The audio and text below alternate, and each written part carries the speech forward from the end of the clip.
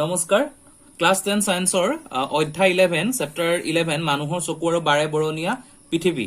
তো সেই চেপ্টাৰটো আমি আজি ষ্টাৰ্ট কৰিছো বহুত কেইজন ষ্টুডেন্টে ৰিকুৱেষ্ট কৰিছিলে গতিকে আমি আৰম্ভ কৰিব আহিছো সো কথাটো কি কলে যে ইয়াৰ আগৰ অধ্যায়ত পোহৰ অধ্যায়ত আমি পঢ়িছো পোহৰ প্ৰতিফলন পোহৰ প্ৰতিখৰণ এখিনি পঢ়িছো তাৰ অলৰেডি ভিডিওছ আছে চাবা তাত আমি কি পাইছিলো যে এখন লেন্সে গঠিত প্ৰতিবিম্বৰ প্ৰকৃতি শব্দটা মনত ৰাখিব প্ৰকৃতিটো পাইছিলো হট অখত অবস্থান কোড গঠন হয় আৰু আপেক্ষিক আকাৰ বস্তুটো যদি সৰু 2 সেন্টিমিটাৰ এটা বস্তু কিমান ডাঙৰ কিমান সৰু লাগে হেখিনি আমি পালো গতিকে সেই সকলো অধ্যয়নৰ পৰা আমাৰ এটা বস্তু মনলৈ আহে যে আমি বস্তুখিনি চকুৰে যেটো বস্তু দেখা পাওঁ পৃথিৱীত হেতু হৈছে এটা পোহৰৰ তাৰ প্ৰতিখৰণ বা প্ৰতিফলন হোৱাৰ পিছতে আমি বস্তুখিনি দেখা পাওঁ গতিকে আমাৰ চকুটো কি হয় চকু এটা লেন্স হেতু হিচাপে আমি চাব পাৰো আৰু সেই চকুৰে যেটো লেন্স হিচাপে কাম কৰে সেই কামটো কেনেকৈ কৰে আৰু তাৰ ফলত কি সৃষ্টি হয় সেই বস্তুটো আমি পঢ়িব লাগিব সো ইয়াৰ আমি ফাৰ্ষ্টতে পাম ফাৰ্ষ্ট টপিকটো হল 11.1 মানৱ চকু হিউম্যান আই তো এতিয়া আমি চকুৰ বিষয়ে চাম ইয়াত কি কলে যে মানুহৰ চকুজোৰ হল অমূল্য অতি সংবেদনশীল অনুভূতি ইন্দ্ৰিয় তাৰ মানে কি হৈছে আমাৰ ইয়াত সংবেদনশীলতা থাকে চকুত আৰু এটা ইন্দ্ৰিয় মানে মানুহৰ শৰীৰৰ যিকিটা বেলেগ বেলেগ ইন্দ্ৰিয় থাকে তাৰ ভিতৰত এটা হল অনুভূতি সূচক এটা ইন্দ্ৰিয় ই আমাক বিস্ময়কৰ জগতৰ আমাৰ চৌদিশে থকা ৰংবোৰ প্ৰত্যক্ষ কৰে আমি পৃথিৱীখন দেখা পাওঁ ৰঙা নীলা কেনেকুৱা কালাৰ দেখা পাওঁ সৰু ডাঙৰবোৰ দেখা পাওঁ সো চকু মুদা অৱস্থাত আমি যেটা চকু মুদি থাকো হেতু সময়ত আমি কি পাওঁ বা আন্ধাৰ অৱস্থাত আমি কি পাওঁ বস্তুটো গোন্ধ পাওঁ সোৱাদ পাওঁ শব্দ শুনা পাওঁ বা স্পৰ্শ জৰিয়তে অনুভৱ কৰিব পাৰো কিন্তু চকু মুদা অৱস্থাত ৰং চিনাক্ত কৰাটো অসম্ভৱ আমি এটা বস্তুটো কেনেকুৱা ৰঙৰ হয় তুমি গম নাপাওঁ হেহে অনুভূতি ইন্দ্ৰিয়সমূহৰ ভিতৰত মানুহৰ চকু সবাতোতকৈ গুৰুত্বপূৰ্ণ আমাৰ যিখিনি নাক কাণ আমাৰ স্পৰ্শৰ যিখিনি আমাৰ ইন্দ্ৰিয় আছে সেই সকলোৰ ভিতৰত চকুৰ গুৰুত্বটো অতি বেছি কিয়নো ই আমাৰ চৌপাশে থকা মনোৰম বাৰেবৰণীয়া পৃথিৱীখন দেখায় আমাৰ গোটেই পৃথিৱীখন বা পৃথিৱীৰ যেটো পৰিবেশ সকলো বস্তু আমি চকুৰ মাজেৰে দেখা পাওঁ তো প্ৰথমতে কি কলে যে মানুহৰ চকুটো এটা কেমেৰাৰ দৰে ইয়াত লেন্স থাকিব গতিকে ইয়াৰ লেন্স প্ৰণালীয়ে অক্ষিপট বা ৰেটিনা নামৰ পোহৰ সংবেদী এখন পৰ্দাত প্ৰতিবিম্ব গঠন কৰে সো চকুটো মই আঁকিছো ইয়াত প্ৰথমতে কলে যে ৰেটিনা নামৰ এটা সংবেদনশীল পৰ্দাত প্ৰতিবিম্ব গঠন কৰে সো এই বস্তুটো হল ৰেটিনা অক্ষিপট বা ৰেটিনা তো এফালৰ পৰা চকুৰ যেটো পোহৰ আমি পাওঁ সেই বস্তুটো ইয়াত প্ৰতিবিম্বতা গঠন কৰে বুলি কৈছে ৰেটিনাটো নেক্সট কলে গঠন কৰে আৰু কৰ্নিয়া নামৰ এখন পাতল ছাল এখনৰ মাজেৰে চকুত পোহৰ সোমায় এই যে চকুৰ মনিত ছাল পোহৰটো সোমাইছে ইয়াৰ এখন পাতল ছাল থাকে কিতাপৰ ড্ৰয়িংটো চাবা হে পাতল ছালখনৰ মাজেদি পোহৰটো আমাৰ চকুৰ মনিত সোমায় চিত্ৰত দেখুৱা হৈছে আৰু দেখুৱাৰ দৰে চকুটো হল অক্ষী গোলাকাৰ চকু দেখুৱাত অক্ষী গোলাকাৰ সম্পূৰ্ণ সন্মুখ পৃষ্ঠ উফন্দি উঠা স্বচ্ছ এটা অংশৰ সৃষ্টি কৰে ই গোলাকাৰটো অক্ষী গোলাকাৰ সন্মুখ অংশ এইডোখৰ স্বচ্ছ এটা অংশ থাকে হি পোহৰৰ সৃষ্টি কৰে যেটো চকুৰ মনিটো আমি দেখা পাওঁ পোহৰৰ সৃষ্টি কৰে অক্ষী গোলকটোৰ মোটামুটিভাৱে গোলাকাৰ আৰু ইয়াৰ ব্যাস প্ৰায় 2.3 সেন্টিমিটাৰ এই যেটো অক্ষী গোলক থাকে চকুৰ তাৰ ব্যাসটো হৈছে 2.3 সেন্টিমিটাৰ আৰু হি গোলাকাৰ বুলিয়ে কৈ আছে গতিকে চকুৰ সোমোৱা পোহৰ ৰশ্মিৰ অধিকাংশ প্ৰতিখৰণ কৰ্নিয়াৰ বহিঃপৃষ্ঠত ঘটে এখন কৰ্নিয়া আমি পাইছো এটো ডায়াগ্ৰামতো আছে এখন কৰ্নিয়াৰ বহিঃপৃষ্ঠত চকুৰ বস্তুটোৰ প্ৰতিখৰণ হয় ৰেখাবোৰৰ যেটো পোহৰ আমি পাওঁ তাই মনত ৰাখিবা বস্তুটো প্ৰতিফলন নহয় প্ৰতিখৰণ হোৱাৰ কাৰণে বস্তুটো ইয়াত নিৰ্দিষ্ট এটা এংগুল হিচাপে লৈ চকুৰ ভিতৰত তাৰ ৰশ্মিটো সোমাই যায় চকুৰ প্ৰতিখৰণ কৰি অধিকাংশ প্ৰতিখৰণ কৰ্নিয়াৰ বহিঃপৃষ্ঠত ঘটে চকুৰ স্ফটিকৰ লেন্স কেৱল বেলেগ বেলেগ দূৰত্বত অৱস্থিত বস্তুৰ পৰা অহা পোহৰ অক্ষিপটৰ নিবিষ্ট কৰিবলৈ প্ৰয়োজন হোৱা ফকাছ দৈৰ্ঘ্যৰ সূক্ষ্মৰ সমযোজনহে কৰে গতিকে চকুৰ যিখিনি স্ফটিকৰ লেন্স থাকে যদি বেলেগ বেলেগ দূৰৰ পৰা আমি ওচৰৰ এটা বস্তু দূৰৰ এটা বস্তু সকলোকে একেটা ফকাছত আনিবৰ কাৰণে তেহেতৰ এটা ব্যৱস্থা থাকে আৰু সেই ব্যৱস্থাটো অক্ষিপটৰ নিৰ্দিষ্ট প্ৰয়োজনৰ ফকাছৰ সূক্ষ্ম সমযোজনহে কৰে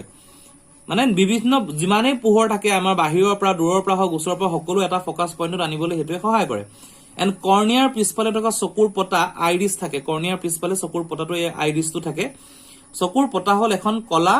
পেশবহুল পৰ্দা যি চকুৰ মনি পিউপিল বুলি কোৱা হয় চকুৰ মনিৰ আকাৰ নিয়ন্ত্ৰণ কৰে আইৰিছখন কলা পেশবহুল এখন পৰ্দা চকুৰ মনিৰ আকাৰটো নিৰ্ণয় কৰে কাৰোবাৰ হয়তো সৰু হ'ব পাৰে কাৰোবাৰ ডাঙৰ হ'ব পাৰে গতিকে চকুৰ মনিয়ে চকুত সোমোৱা পোহৰৰ পৰিমাণ নিয়মীয়া আৰু নিয়ন্ত্ৰণ কৰে চকুৰ মনিৰে কি কৰে আমাক চকুৰ মনিটোৱে পোহৰটো বেছি যদি উজ্জ্বল হয় বা বেছি কম পোহৰ হয় সেই বস্তুটো নিয়মীয়া আৰু নিয়ন্ত্ৰণ কৰি চকুৰ পৰা ভিতৰত ফকাছলে অক্ষিপট বা ৰেটিনালে হেতু সোমাই যায় তো চকুৰ লেন্সে অক্ষিপটত হট আৰু উলুটা প্ৰতিবিম্ব গঠন কৰে চকুৰ লেন্সে কি গঠন কৰে ইম্পৰ্টেন্ট বস্তু চকুৰ লেন্সে অক্ষিপটত সদায় হট আৰু উলুটা প্ৰতিবিম্ব গঠন কৰে অক্ষিপটত যেটো আমাৰ ৰেটিনা অক্ষিপট হৈছে অসংখ্য পোহৰ সংবেদী কোষযুক্ত কোমল এখন ছাল অক্ষিপট যেটো হয় কোষযুক্ত কোমল এখন ছাল যেটো ৰেটিনা ভিতৰ ফালে থাকে পোহৰ সংবেদী কোষবোৰত পোহৰ পৰিলে এইবিলাক সক্ৰিয় হৈ উঠে আৰু বৈদ্যুতিক সংকেত উৎপন্ন কৰে নেত্ৰস্নায়ু যেটো অপটিক নাৰ্ভ বুলি কোৱা হয় নেত্ৰস্নায়ুৰ জৰিয়তে এই বৈদ্যুতিক সংকেতবোৰ মগজুলৈ প্ৰেৰণ হয় মগজুৱে এই সংকেতবোৰ তাৎপৰ্যকাৰ কৰে আৰু শেষত তথ্য বিশ্লেষণৰ দ্বাৰা সঠিক ৰূপে অনুভূতি যোগায় ইয়াত কি কলে যে যিখিনি আমাৰ পোহৰ ইয়াত সোমাব সেইখিনি ৰেটিনাত আমাৰ প্ৰতিফলন হৈ ফকাছ হ'ব ফকাছ হোৱাৰ পিছত তাৰ যিখিনি স্নায়ু থাকে সেই স্নায়ুখিনি আমাৰ এটা স্নায়ু উদ্দীপক উৎপন্ন কৰি মানুহৰ মগজুলৈ পঠাই দিয়ে মগজুৱে সেই বস্তুটো বিশ্লেষণ কৰে তাত কি আছে আমি এটা বস্তু দেখিলো এডাল গছ দেখিলো এটা জন্তু দেখিলো সেই বস্তুটো মগজুৱে বিশ্লেষণ কৰে আৰু সঠিক দৃষ্টিৰ অনুভূতি যোগায় আমাৰ মনত এটা সঠিক দৃষ্টিটো সেই মগজুৱে অনুভূতি যোগায় আৰু এই ক্ষেত্ৰত কি হয় নেত্ৰস্নায়ুৰ জৰিয়তে বৈদ্যুতিক সংকেতবোৰ মগজুলৈ যায় এই স্নায়ু যিখিনি থাকে তাত বৈদ্যুতিক সংকেতবোৰহে মগজুলৈ যায় মগজুলৈ গৈ সেই বস্তুটো আমাৰ অনুভূতিটো যোগায় গতিকে চকুৰ যেটো কাৰ্য হেতু এনেকুৱা হয় গতিকে তোমালোকৰ চকুৰ ওপৰত যদি শৰ্ট নোট আহিব পাৰে তেতিয়া এই ডিটেইলছ বস্তুটো উইথ ডায়াগ্ৰাম লিখিব লগা হ'ব পাৰে সো নেক্সট আমি কি পাম যে উপযোজন ক্ষমতা দা পাৱাৰ অফ একমোডেশন ইয়াত কি কলে যে চকুৰ লেন্সখন আহযুক্ত জেলি সদৃশ পদাৰ্থৰে গঠিত চকুৰ যিখন লেন্স থাকে আহযুক্ত জেলি সদৃশ পদাৰ্থ ইয়াৰ বক্ৰতা কিছু পৰিমাণে সিলিয়াৰি পেশীৰ সৈতে সলনি কৰিব পাৰি তাৰ যেটো বক্ৰতা থাকে যেটো লেন্সখন যেটো মানে আহযুক্ত সেই বস্তুটো সিলিয়াৰি পেশীৰ লগত আমি সলনি কৰিব পাৰো চকুৰ লেন্সৰ বক্ৰতাৰ পৰিৱৰ্তনে ইয়াৰ ফকাছ দৈৰ্ঘ্য পৰিৱৰ্তন ঘটায় বস্তুটো লেন্সখন উঠা এনেকে এটা আমি যদি টানি দিও বহল হৈ যাব পাৰে বা এৰি দিলে নৰমেল অৱস্থালৈ আহে হয়তো সংকুচিত হ'ব পাৰে তেতিয়া কি হয় বস্তুটোৰ চকুৰ লেন্সে বক্ৰতাৰ পৰিৱৰ্তন কৰি ফকাছ দৈৰ্ঘ্যৰ পৰিৱৰ্তন ঘটায় সেই লেন্সখনেই গোটেই ডিপেন্ড কৰে যে বস্তুটো দূৰত থাকিলে সৰু দেখো ওচৰত থাকিলে ডাঙৰ দেখো সেই বস্তুটো পেশীবোৰ শিথিল অৱস্থাত লেন্সখন ক্ষীণ হয় যেতিয়া নৰমালি পেশীবোৰ শিথিল থাকে লেন্সখন ক্ষীণ হৈ থাকে এনে অৱস্থাত ইয়াৰ ফকাছ দৈৰ্ঘ্যটো বাঢ়ি যায় যে পেশীবোৰ শিথিল হয় লেন্সখন ক্ষীণ থাকে ফকাছ দৈৰ্ঘ্য বাঢ়ি যায় ই আমাক দূৰৰ বস্তু স্পষ্টকৈ দেখাত সহায় কৰে আমি দূৰৰ যেতিয়া বস্তু চাব বিচাৰো লেন্স তেতিয়া আমাক স্পষ্টকৈ ফকাছ দৈৰ্ঘ্যটো বাঢ়ি যোৱাৰ কাৰণে দূৰৰ বস্তুবোৰ আমি স্পষ্টকৈ দেখা পাওঁ যেতিয়া তোমালোকে ওচৰৰ বস্তুবোৰ চোৱা তেতিয়া সিলিয়াৰি পেশীবোৰ সংকুচন ঘটে ইয়াৰ ফলত লেন্সৰ বক্ৰতা কমে আৰু চকুৰ লেন্সখন শকত হয় ইয়াৰ ফলত চকুৰ লেন্সৰ ফকাছ দৈৰ্ঘ্য বাঢ়ে আমি ওচৰৰ বস্তু স্পষ্টকৈ দেখা পাওঁ সো দূৰৰ বস্তু দেখাবলৈ কি হয় লেন্সখন ক্ষীণ থাকে আৰু ফকাছ দৈৰ্ঘ্যটো বাঢ়ি থাকে তেতিয়া আমি দূৰৰ বস্তু স্পষ্টকৈ দেখো যেতিয়া ওচৰৰ বস্তু চাও সিলিয়াৰি পেশী সংকুচিত হয় বস্তুটো এনেকৈ সংকুচন হৈ আহে ইয়াৰ ফলত লেন্সৰ বক্ৰতাটো কমি যায় লেন্সখন ষ্ট্ৰেট হৈ যায় বেকা যিমান বেকা আছে তাতকে নহয় এনেকৈ বহল হৈ ষ্ট্ৰেট হয় বক্ৰতা কমি যাব তেতিয়া চকুৰ লেন্সখন শকত হয় বক্ৰতা কমি যোৱাৰ লগে লগে লেন্সখন শকত হৈ আহে ফলত চকুৰ লেন্সৰ ফকাছ দৈৰ্ঘ্যটো বাঢ়ে আৰু ওচৰৰ বস্তু আমাক স্পষ্টকৈ দেখায় গতিকে এই গুটেই যেটো প্ৰসেস হ'ল হেতু কলে যে চকুৰ লেন্সৰ ফকাছ দৈৰ্ঘ্যৰ পৰিৱৰ্তন কৰা সামৰ্থক উপযোজন ক্ষমতা একমোডেশন বোলা হয় একমোডেশন কাক বোলে যে চকুৰ লেন্স দৈৰ্ঘ্য পৰিৱৰ্তন কৰিব পৰা সামৰ্থকে উপযোজন ক্ষমতা বা একমোডেশন বোলা হয় মানে লেন্সটো ফকাছ দৈৰ্ঘ্যটো পৰিৱৰ্তন কৰা যেটো সামৰ্থ আমাৰ চকুৰ মাজত আছে সেই সামৰ্থটো কোনটোত আছে লেন্সৰ বক্ৰতা গুণৰ কাৰণে আছে বক্ৰতা গুণত কি হয় লেন্সখন শিথিল হ'ব পাৰে সংকুচিত হ'ব পাৰে কিন্তু চকুৰ লেন্স ফকাছ দৈৰ্ঘ্য এটাৰ ন্যূনতম মানলৈকে কমাব নোৱাৰি এটা মিনিমাম কৰিব নোৱাৰো চকুৰ লেন্সখন কমাই আমি ফকাছ দৈৰ্ঘ্যটো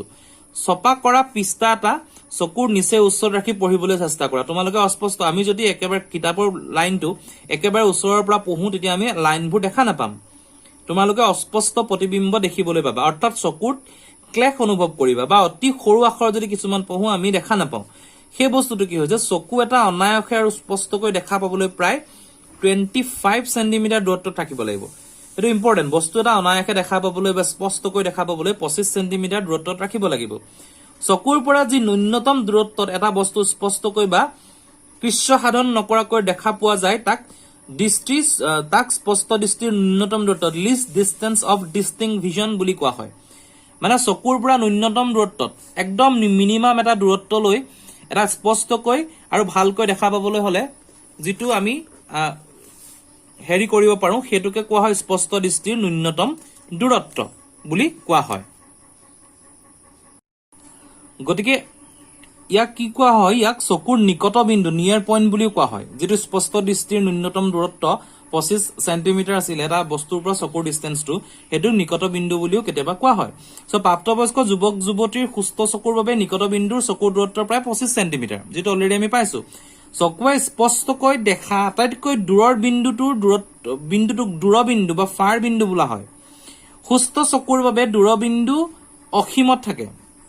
যেটো আমাৰ সুস্থ চকু আমি এটা ইনফাইনাইট দূৰত্ব অসীম দূৰত্বলৈ চাব পাৰো হেতু যে সুস্থ চকুৰ বাবে দূৰবিন্দু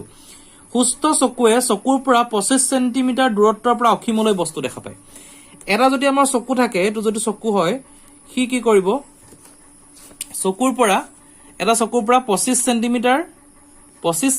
দূৰত্ব যেটো হয় হেতু হৈছে নিকট দূৰত্ব যেটো আমি পাইছো বা এই বস্তুটো কোৱা হয় যে স্পষ্ট দৃষ্টিৰ ন্যূনতম দূৰত্ব এটো হৈছে ন্যূনতম দূৰত্ব আৰু ইয়াৰ পৰা যেটো ইনফাইনাইট অসীম দূৰত্বলৈ যেটো বস্তু গুচি যাব এটো আমাৰ অসীম দূৰত্বত গুচি গৈছে এটো সুস্থ চকুৰ কাৰণে হেতু কোৱা আছে ফাৰ পইণ্ট বা দূৰবিন্দু কেতিয়াবা বয়সীয়া মানুহৰ চকুৰ স্ফটিকেৰে গঠিত লেন্স দুখন দুগ্ধ সদৃশ আৰু অস্পষ্ট হৈ পৰে কেতিয়াবা চকুখিনি মানুহৰ অলপ ব্লাৰ টাইপ হৈ পৰে বা এনেকা বগা টাইপ এটা সামনি পৰি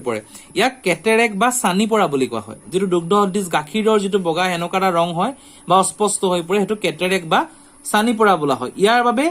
আংশিকভাৱে বা সম্পূৰ্ণৰূপে দৃষ্টিশক্তি লোপ পায় কেটেৰেক অস্ত্ৰোপচাৰ যোগেদি এখিনি ঘূৰাই অনা হয় গতিকে কেটেৰেক অপাৰেচন অস্ত্ৰোপচাৰ বা কেটেৰেক কি হয় যে লেন্সখন যেটা দুগ্ধ সদৃশ বা অস্পষ্ট হৈ পৰে তাক কেটেৰেক বুলি কোৱা হয় ইয়াৰ পিছত কি কলে যে দৃষ্টিৰ বাবে আমাৰ চকুৰ পৰিৱৰ্তে চকুৰ প্ৰয়োজন কি এখিনি পঢ়িবা সো মই মেইন পইণ্টত গৈছো ইয়াত কলে যে দৃষ্টিৰ বিকাৰ আৰু তাৰ প্ৰতিকাৰ defects of vision and there correction এতিয়া কথাটো হল চকু আমি সুস্থ দৃষ্টিৰ চকুটো পঢ়ি আছো 25 সেন্টিমিটাৰ মিনিমাম দূৰত্বৰ পৰা অসীমলৈ দেখা পায় গতিকে হেতু হৈছে নিকট দূৰত্ব সুস্থ দূৰত্ব এতিয়া কি কলে যে কেতিয়াবা চকুৰ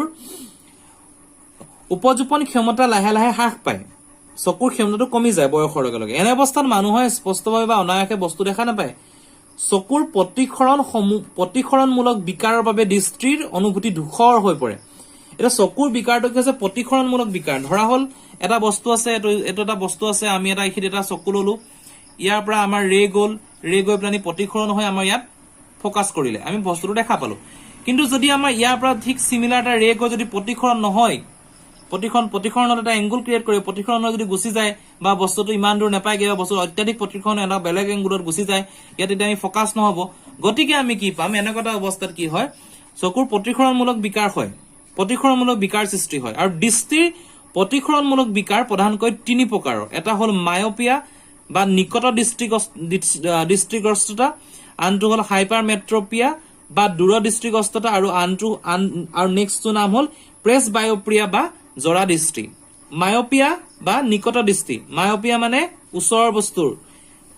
হাইপাৰমেট্ৰোপিয়া দূৰ দৃষ্টিগ্ৰস্ততা আৰু প্ৰেছ বায়োপিয়া হৈছে জৰা দৃষ্টি এই তিনটা মনত ৰাখিবা সো হেগিটাৰ ওপৰত আমি ডিটেইলছত এতিয়া চাম সো এই বিকাৰসমূহ উপযুক্ত গোলাকাৰ লেন্স ব্যৱহাৰে সংশোধন কৰিব পাৰি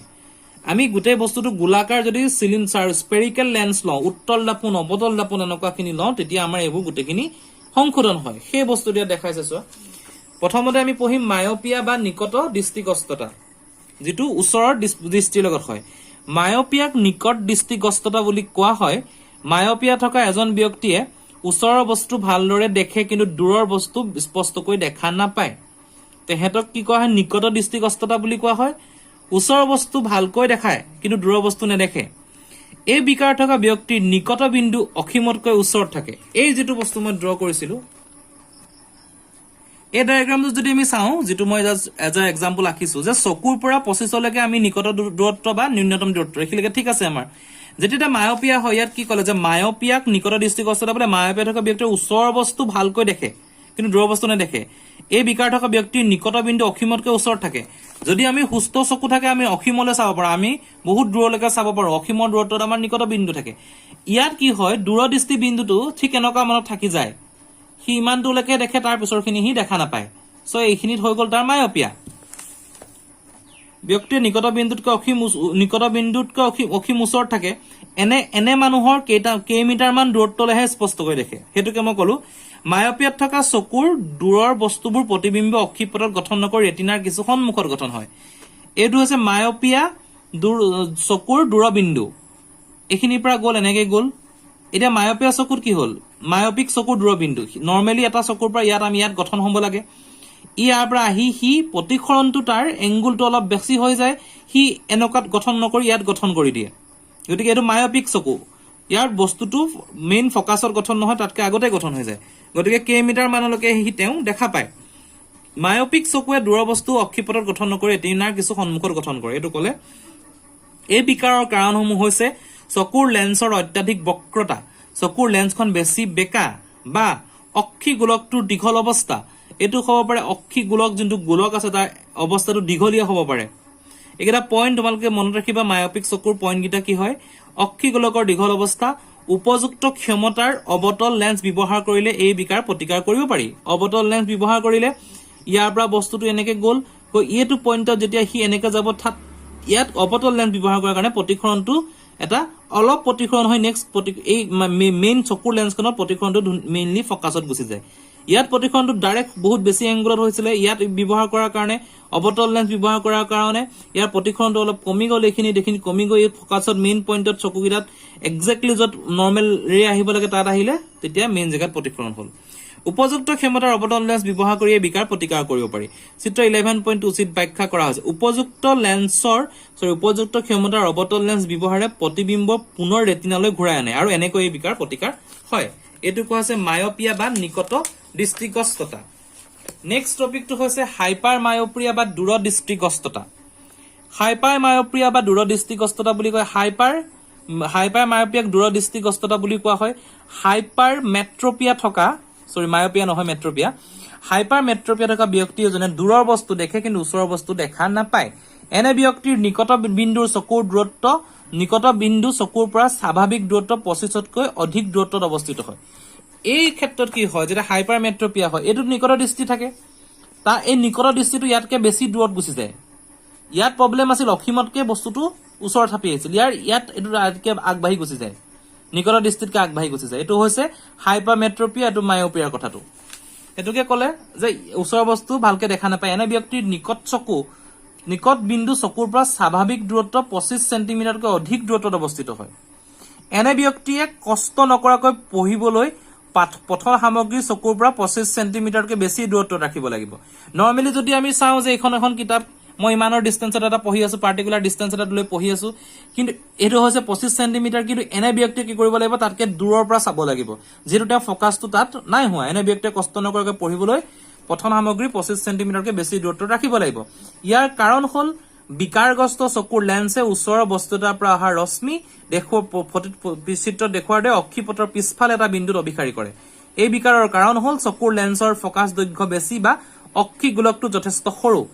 হাইপাৰ মেট্ৰপিকৰ নৰ্মেলি এইটো হাইপাৰ মেট্ৰপিক চকুটো কি হয় ইয়াৰ পৰা এই পইণ্টটো ইয়াতকে বাহিৰলৈ গুচি যায় ইয়াৰ পৰা গঠিত হয় বস্তুটো নিকট দৃষ্টিটো ইয়াত থাকে এই বস্তুটো আমি সলভ কৰিবৰ কাৰণে আমি এখন ইয়াত উত্তল দাপন ব্যৱহাৰ কৰিব লাগিব ডায়াগ্ৰাম কেইটা চালে বুজি পাবা আৰু ইয়াৰ মেইনলি কাৰণ দুটা এটা হৈছে চকুৰ লেন্সৰ ফকাস দৈৰ্ঘ্য বেছি লেন্সৰ ফকাস দৈৰ্ঘ্যটো বেছি ইয়াত এইটো প্ৰথমতে নৰ্মেলি ইয়াত এইটো প্ৰতিবিম্ব গঠন হৈছিল নহলে অক্ষি গোলকটো যথেষ্ট সৰু অক্ষি গোলকটো সৰুৰ কাৰণে হাইপাৰ মেট্ৰপিয়া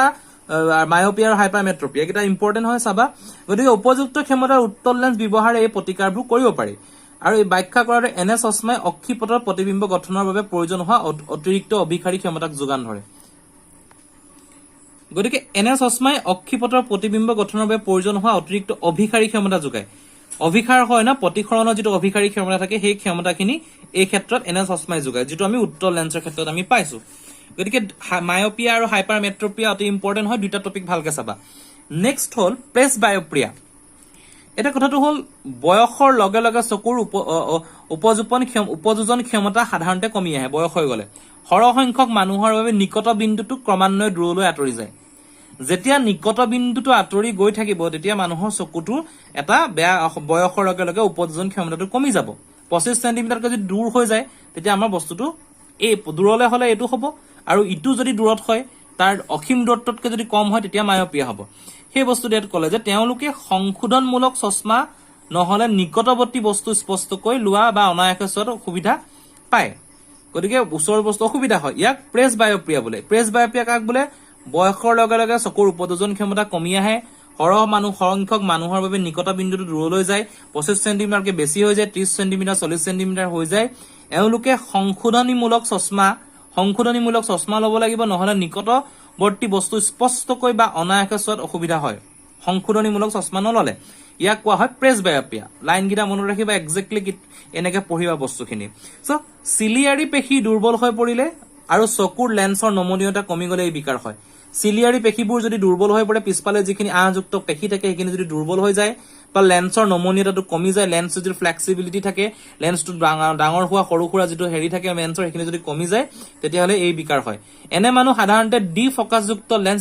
আৱশ্যক সাধাৰণতে ডি ফকাস লেন্সৰ উত্তল আৰু অবতল দুইবিধ লেন্সে থাকে আলটিমেটলি কি হল মায়োপিয়া আৰু হাইপাৰমেট্ৰোপিয়া দুখন লেন্স থাকে উত্তল অবতল দুইখন লেন্সৰ যদি কম্বিনেশন হয় ডি ফকাস লেন্স আমি ইউজ কৰিলে প্ৰেছ বায়োপিয়াটোৰ পৰা আমি প্ৰতিকাৰ পাব পাৰো ইয়াৰ ওপৰৰ অংশত অবতল লেন্স এটা সাইডে অবতল থাকিব নেক্সট সাইডে উত্তল থাকিব উত্তল লেন্স ব্যৱহাৰ কৰিব পাৰি ইয়াৰ বাবে ওচৰৰ বস্তু সুবিধা হয় আজিকালি প্ৰতিখৰণমূলক বিকাৰবোৰ লেন্সলেছ কন্টেক্ট লেন্স বা শল্য চিকিৎসা সাৰ্জাৰিকেল ইন্টাৰভেনশন কৰিব পাৰি গতিকে আমি লেন্স ইউজ কৰিব পাৰো এইটো জেগাত বা শল্য চিকিৎসা এই প্ৰেছ বায়োপিয়াটোত কি হয় আমি ইয়াত আগতে লেন্সখন ইয়াৰ অবতল লেন্সখন লৈছিলো ইয়াত এইখন এনেকে অবতল লেন্স এখন ললো আৰু ইয়াত ললো উত্তল লেন্স গতিকে এই দুইটাৰ এটা কম্বিনেশন যেতিয়া আমি লম এখন লেন্স বলাম তেতিয়া আমি প্ৰেছ বায়োপিয়াটো আমি সলভ কৰিব পাৰিম গতিকে এই চেপ্টাৰটোৰ ফাৰ্স্ট পাৰ্টটো এইখিনি হয় ইয়াৰ এনসাৰ্স খিনি আছে এইখিনি কৰিবা কিবা নোৱাৰিলে মোক কবা মই এইখিনি বুজাই দিম আমি নেক্সট পাৰ্টত চকুৰ প্ৰিজমৰ যিখিনি চকুৰ লাইট ৰিফ্লেকশন আহে এইখিনি টপিক আমি ষ্টাডি কৰিম থ্যাংক ইউ